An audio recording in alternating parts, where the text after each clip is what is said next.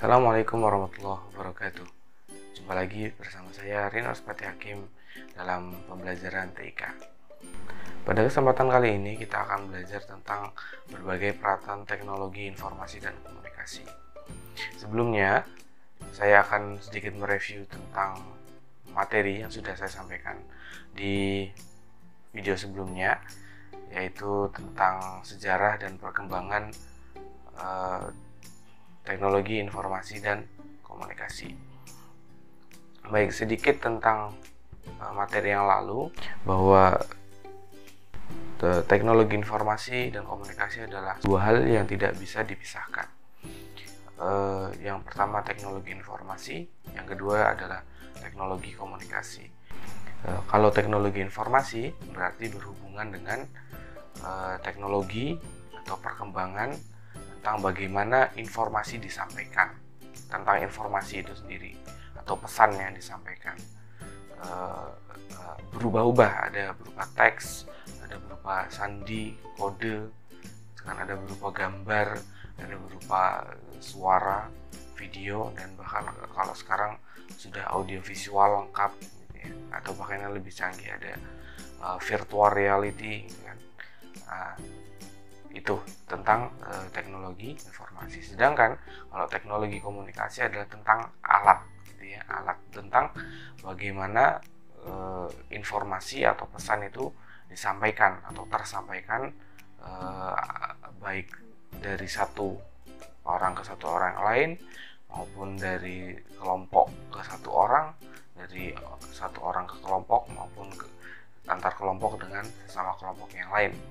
Gitu, tentang sedikit tentang teknologi informasi dan teknologi komunikasi. Pada kesempatan kali ini kita akan belajar tentang berbagai alat peralatan teknologi informasi dan komunikasi. Oke, nanti kita akan bedakan atau kita akan klasifikasikan menjadi dua, yaitu dibedakan atau diklasifikasikan berdasarkan masa atau zamannya. Dan nanti akan dibedakan atau diklasifikasikan berdasarkan arahnya, komunikasinya, dengan arah komunikasi atau arah pesan itu disampaikan. Baik, yang pertama kita bedakan berdasarkan masa. Ada alat kuno, alat komunikasi atau alat penyampai informasi yang jadul, kuno, zaman dulu, bahkan masih masuk zaman prasejarah. Ada yang kedua, ada alat komunikasi yang modern ya, teman-teman mungkin bisa atau sedang memegangnya sekarang. Oke, alat informasi, teknologi informasi yang kuno seperti yang kita tahu dari cerita-cerita orang tua kita, kakek nenek kita, atau cerita orang-orang di lingkungan kita yang memang sudah berumur, sudah lebih senior, sudah pengalamannya lebih banyak. Ada, kalau kita lihat begitu ya, bagaimana orang-orang di zaman prasejarah berkomunikasi menggunakan asap, dan masih bisa digunakan atau teman-teman masih akan menemukannya ketika teman-teman melakukan hal-hal aktivitas di luar aktivitas seperti biasa, misalnya camping, pergi ke tempat tertentu yang dia berkomunikasi menggunakan asap gitu kan. Ada gitu, kalau kita lihat sejarah begitu kan, tentang bagaimana orang-orang di zaman prasejarah berkomunikasi menggunakan asap. Ada juga mereka menuliskan gambar atau kode-kode tertentu, simbol-simbol tertentu di dinding gua, di batu, ada prasasti, ada bebatuan yang seperti teman-teman bisa mungkin lihat gambarnya di Google, ada di piramid, ada di peninggalan-peninggalan prasejarah Mesir kuno dan sebagainya. Bahkan di Indonesia ada situs-situs tertentu, situs purbakala yang kita bisa temukan langsung bentuk komunikasi begitu ya, bentuk komunikasi orang-orang di zaman dahulu. Ada juga mereka menggunakan daun untuk berkomunikasi. Mereka menggunakan daun lontar gitu ya, sebagaimana yang kita tahu, menuliskan huruf atau tadi pesan di daun lontar dan disampaikan ke yang lain. Ada juga yang menyampaikan komunikasinya melalui melalui kulit hewan dan batu prasasti. Kulit hewan mereka menjadikan kulit tersebut sebagai media untuk menyampaikan pesannya.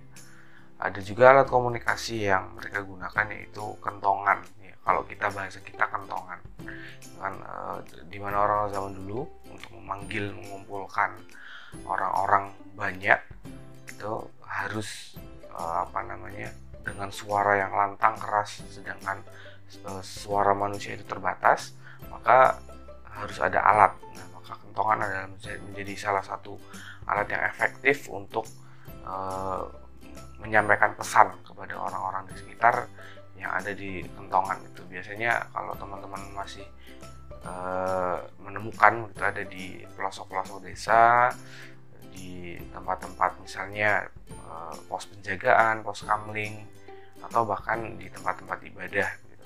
Bahkan zaman dahulu tempat-tempat peribadatan, ada masjid, ada gereja, mereka membunyikan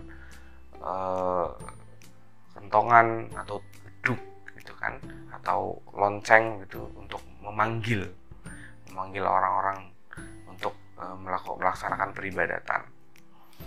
Oke, next ada kertas. Nah, kertas ini nanti masuk di teknologi yang dulu lama dan juga masuk di alat modern.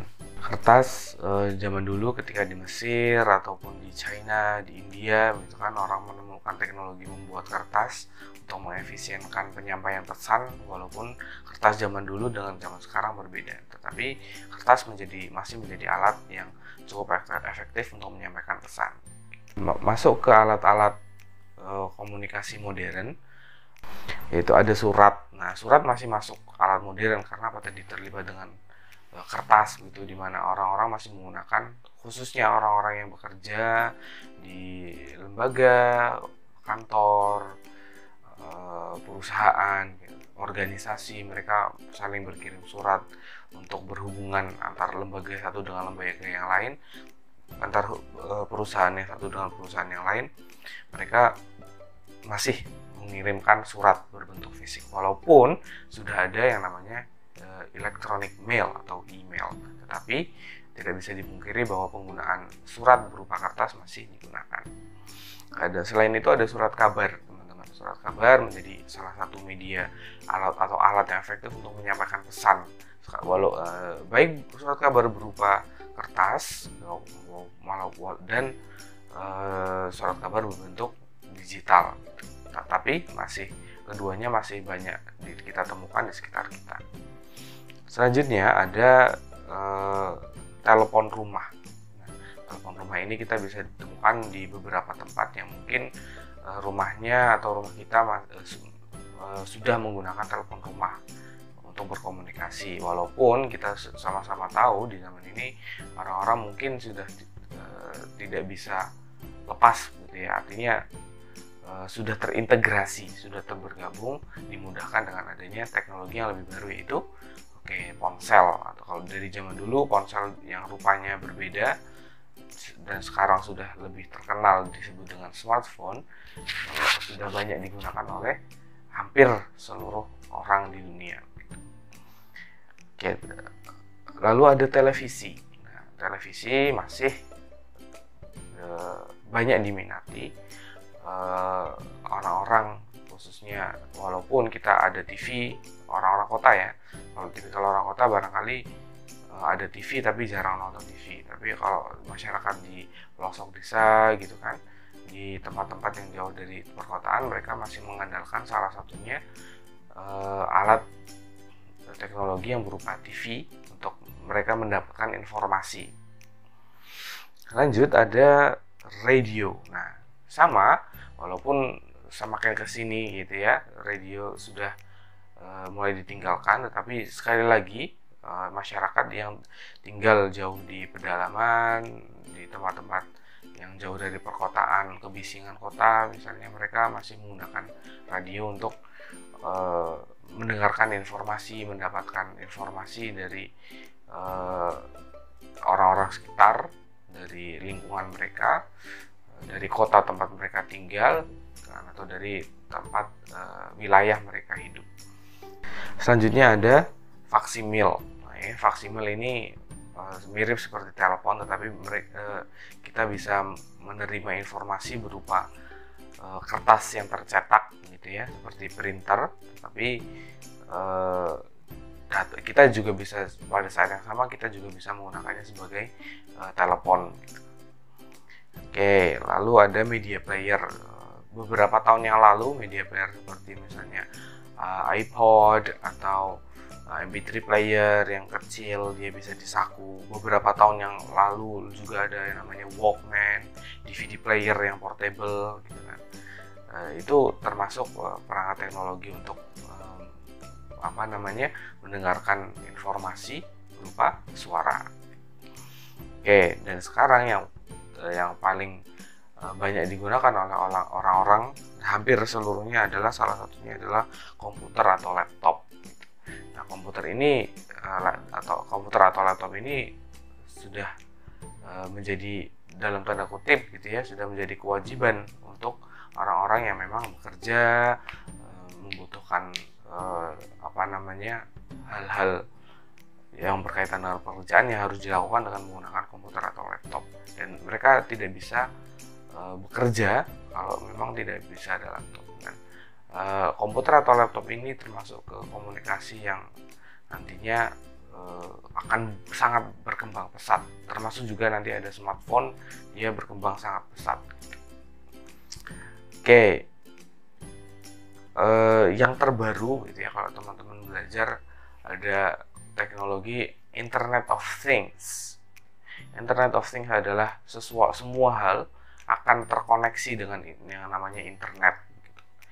Nah, itu juga teknologi terbarukan. Ada juga teknologi yang namanya AI, Artificial Intelligence. Artificial Intelligence adalah nama kecerdasan buatan. Artinya para programmer, pengembang software, mereka menulis kode yang itu bisa digunakan untuk menciptakan robot. Robot itu bisa berupa software ya, tidak hanya berupa hardware, tidak hanya berupa fisik robot, tapi ada robot yang dia masih berbentuk software yang ditanamkan kepada komputer untuk melakukan analisa-analisa atau pekerjaan tertentu yang dengan demikian manusia bisa sangat terbantu pekerjaannya. Begitu, itu tadi alat-alat teknologi yang ada di zaman modern. Nah, sekarang teknologi dibedakan berdasarkan arah komunikasi. Nah, tadi kan banyak tuh ya, sudah saya sebutkan alat-alat teknologi baik yang kuno atau tradisional dan yang modern. Nah, dari alat-alat tersebut gitu kan, ada yang komunikasinya hanya satu arah. Orang tidak bisa secara simultan melakukan timbal balik seperti surat gitu ya. Kalau kita berkirim surat ya sudah, ketika pesan tersampaikan kita harus menunggu waktu yang cukup lama untuk menerima surat balasan. Atau juga ada surat kabar. Nah, surat kabar juga sama, ketika satu kali informasi disampaikan sudah selesai. Ada juga radio. Nah, radio juga masih satu arah. Orang tidak bisa berkomunikasi dengan radio, mereka hanya mendengarkan saja. Televisi juga sama, satu arah. Ada lagi juga misalnya media player gitu. Dia juga alat untuk komunikasi yang sifatnya satu arah. Dan alat yang kedua atau golongan yang kedua termasuk golongan yang dua arah gitu kan. Yang paling mudah adalah telepon genggam atau telepon kabel. Nah, dia secara simultan ketika kita berkomunikasi kita bisa langsung bertimbal balik secara simultan, ngobrol apa aja, pekerjaan, tentang kehidupan sehari-hari dan seterusnya. Nah, yang terakhir adalah komputer atau laptop. Nah, ini bisa satu arah dan bisa dua arah dalam satu alat yang sama. Ketika satu arah berarti kita bikin posting di blog, mengirim email dan seterusnya, yang membutuhkan waktu untuk mendapatkan balasan. Sedangkan kalau yang secara timbal balik langsung berarti kita misalnya chatting, berkirim pesan di Messenger atau di DM Instagram gitu kan, atau melakukan konferensi webinar di Google Classroom, di Zoom atau di Google Meet atau di Webex atau media yang lain. Nah, itu dia teman-teman yang bisa kita pelajari pada hari ini. Ustadz ulangi ringkasannya. Tadi kita belajar tentang alat informasi gitu kan. Ada yang tradisional, ada yang modern gitu. Lalu ada yang sifatnya satu arah dan ada sifatnya dua arah. Nah, semoga dengan video ini teman-teman bisa terbantu belajar dari rumah. Semoga kedepannya nanti saya bisa kembali membuat atau menyediakan video pembelajaran seperti ini untuk mendukung pembelajaran jarak jauh, khususnya pada bidang atau mata pelajaran TIK. Saya Rina Rospati Hakim undur diri. Terima kasih atas perhatiannya. Jangan lupa support channel ini dengan subscribe dan like video, dan silahkan tonton video saya yang lain. Terima kasih. Assalamualaikum warahmatullahi wabarakatuh. See you next time.